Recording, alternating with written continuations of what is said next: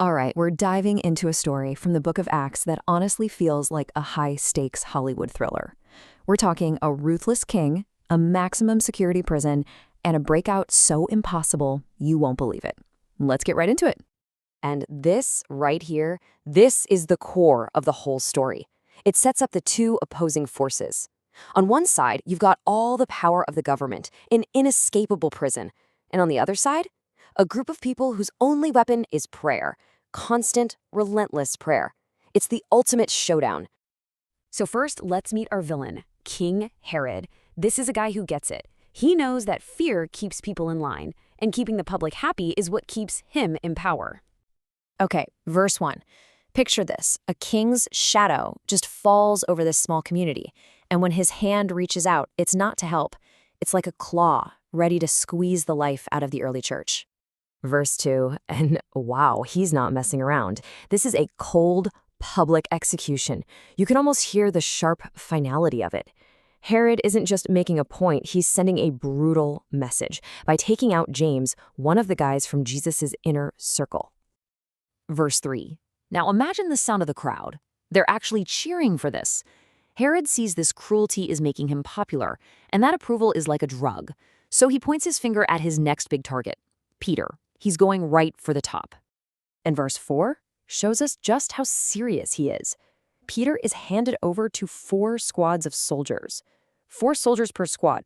You do the math. That's 16 professional guards. 16! All assigned to watch one man. The odds are just astronomically stacked against him. But this is where the entire story pivots. We're leaving a king's shiny palace and going down into the darkest corner of the prison, where earthly power is about to run into something it absolutely cannot control. Verse 5 snaps us right back to that incredible contrast. Just picture the two scenes. Scene 1, Peter locked down in a cold, damp cell. Scene 2, a house packed with his friends, and their voices are just rising together in this constant, desperate plea to God. Now look at verse 6. It's the night before he's supposed to be executed. And get this, Peter is asleep. He is bound with 2 separate chains, physically chained to a guard on his left and another guard on his right. There is absolutely, positively no way out. Verse 7. And then, bam, the darkness is just shattered.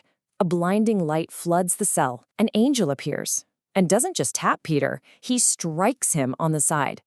The command is sharp, urgent, arise quickly. And then you hear that impossible sound, the clank of heavy iron chains just clattering onto the stone floor.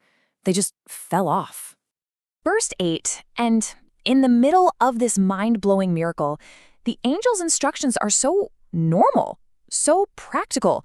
Get dressed, put your shoes on, grab your coat, and follow me. You can just see Peter, totally dazed, just going through the motions like he's in a fog. And verse 9 tells us exactly what's going on in his head. He's up, he's walking, but none of it feels real. He's convinced he must be dreaming or seeing a vision. It's just too unbelievable for his brain to accept. Verse 10, so they walk right past the first set of guards, then the second. Now they're facing the final boss, this massive, heavy iron gate, the main gate. And then, nothing. Just silence. No key, no one pushing it. It just swings open all by itself. Verse 11. And this is the moment. The cold night air hits Peter's face. The angel is just gone. And suddenly the fog lifts. The reality of it all crashes in on him. This wasn't a dream. This really happened. A wave of absolute awe just washes over him as he whispers, I am free. So Peter's free, but believe me, the story is not over. We now cut from the supernatural miracle to the very human and honestly kind of funny reaction of the people who were praying for it to happen. Okay, verses 12 and 13. So Peter makes his way to Mary's house because he knows that's where everyone will be. Inside, an intense all-night prayer meeting for his release. Outside, the actual answer to their prayers is literally knocking on their door. A servant girl named Rhoda goes to see who it is. Verse 14 is just my favorite. It's so real. Rhoda hears Peter's voice, and she is so overwhelmed with pure joy that she completely forgets the most important thing, to, open the gate. She just sprints back inside to tell everyone, leaving poor Peter standing out in the street. Verse 15. So Rhoda bursts in, shouting, "Peter's at the door! Peter's here!" And their response? They tell her she's nuts. You're out of your mind. Think about the irony here.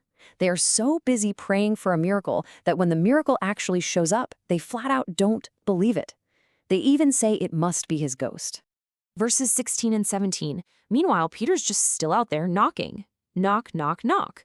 They finally go and open the door, and everyone just freezes. They're completely astonished. He has to motion for them to be quiet, quickly tells them the impossible story, and then slips away before the sun comes up. And now the scene shifts back to King Herod. The sun is coming up, and he's about to find out his prized prisoner is gone. The fallout from this escape is going to be fast, and it's going to be brutal. Verses 18 and 19. As morning breaks, the prison is in total chaos. The prisoner's missing. Herod is furious, and since he can't find Peter, he unleashes all his rage on the guards, all 16 of them. He has them interrogated and then commands them to be executed. Verses 20 and 21. Now, we jump forward a bit. We see Herod in his element. He's on this magnificent throne, decked out in shining royal robes, giving a powerful speech. This is peak political theater, a show of his absolute power. Verse 22. And the crowd, of course, plays their part. As he finishes his speech, they start shouting, "That's the voice of a god, not a man." And Herod, he just soaks it in. He doesn't correct them. He accepts their worship. This is the absolute height of his arrogance. But that kind of pride, it comes with a price. Our final scene is this incredible contrast between the fate of a proud king and the fate of the message he tried so hard to destroy. Verse 23, and the turn is just whiplash fast. The very second Herod accepts their worship, judgment is immediate and it is terrifying. An angel of the Lord strikes him down. And his end isn't glorious. It's gruesome and pathetic. He was eaten by worms and died. Verse 24. And here it is, the final, most powerful contrast. Herod, the man with all the power, is dead and gone. But the message he tried to kill, the word of God, it just keeps on growing. Like a seed he tried to stomp into the ground, has just exploded into a huge, unstoppable tree. And verse 25 just neatly ties a bow on it, acting as a bridge to what comes next. Barnabas and Saul are heading out from Jerusalem, and they take with them a young man named John Mark. Yup, the same guy whose mother's house is where everyone was praying. The story comes completely full circle. So we're left with this powerful image. Peter faced a literal iron gate, a symbol of a totally impossible obstacle. And that really brings the question home for us, doesn't it?